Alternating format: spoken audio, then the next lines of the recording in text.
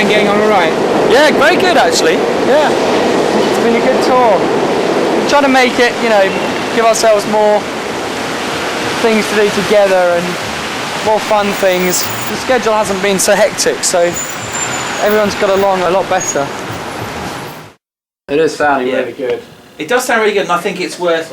If we didn't feel like it was exciting or wasn't quite happening, then we'd knock it on the head now. But it sounds good.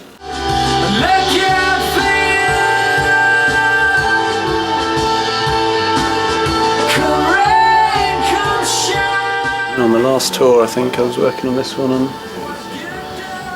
summer tour of America. It's another song about you getting spat out, isn't it? Right. Well, kind of. Yeah. One of my Who are these favourites. women who keep treating you so badly, Tim? You want to go out? Well, it's more about Yeah, I'm gonna.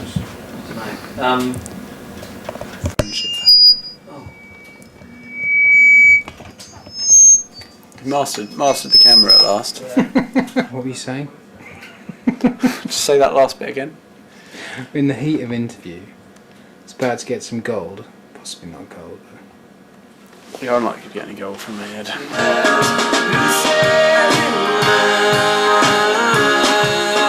Sounding good. Sounding very good.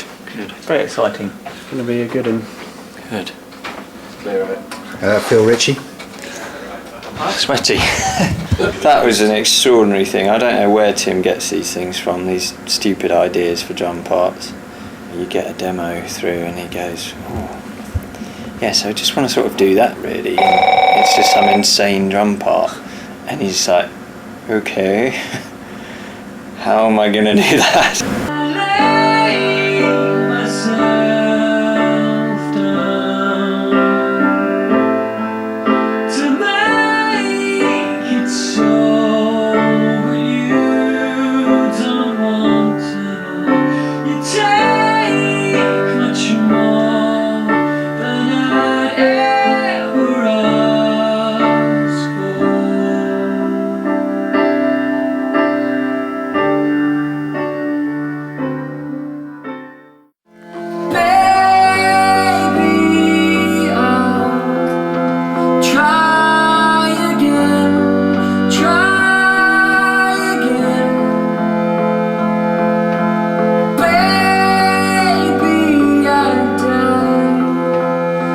What are you doing, Tim?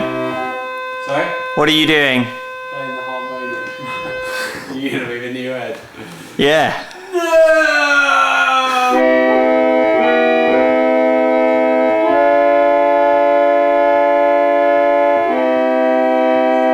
Bad Dream, I think, is the most kind of emotional song on the record. The song was partially inspired by a poem by W.B. Yeats, which is called An Irish Airman Foresees His Death, and it's about a pilot just sort of kind of flying up in the clouds and sort of looking back down on the lines and just thinking, what the hell am I doing here? Almost sort of, I'm not fighting for something that I care about, and I'm not fighting against people that I hate.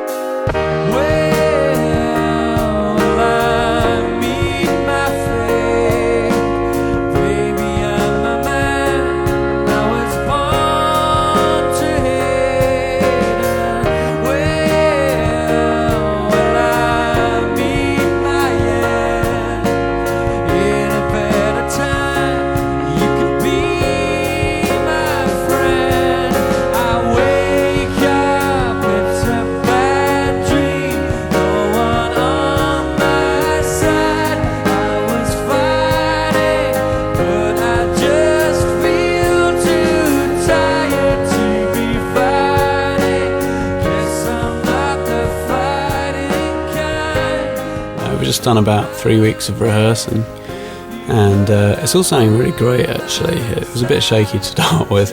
Essentially we've got the same setup of just the drums and my electric piano and Tom singing away, but we've twisted it and manipulated it. We've just kind of used all the technology we can get our hands on to reproduce the sounds on the record. Basically, there's loads of effects going on. My piano's going into all these effects pedals, and Tom's playing a bit more. We're all singing, lots of kind of 3-part harmonies and stuff. So there's always new things that when there's only 3 of you, you have to constantly be trying to do new things and find new ways of making this big sound with just 3 of us.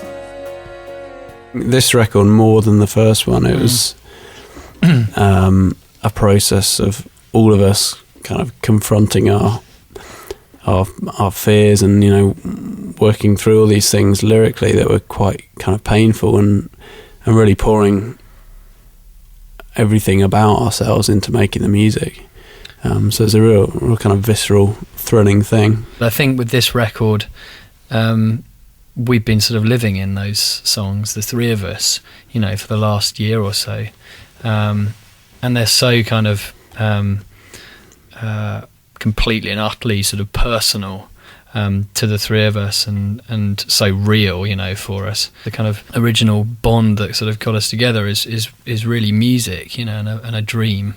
I think with Under the Iron Sea, we've kind of realised that again, and it's great to sort of come through fighting.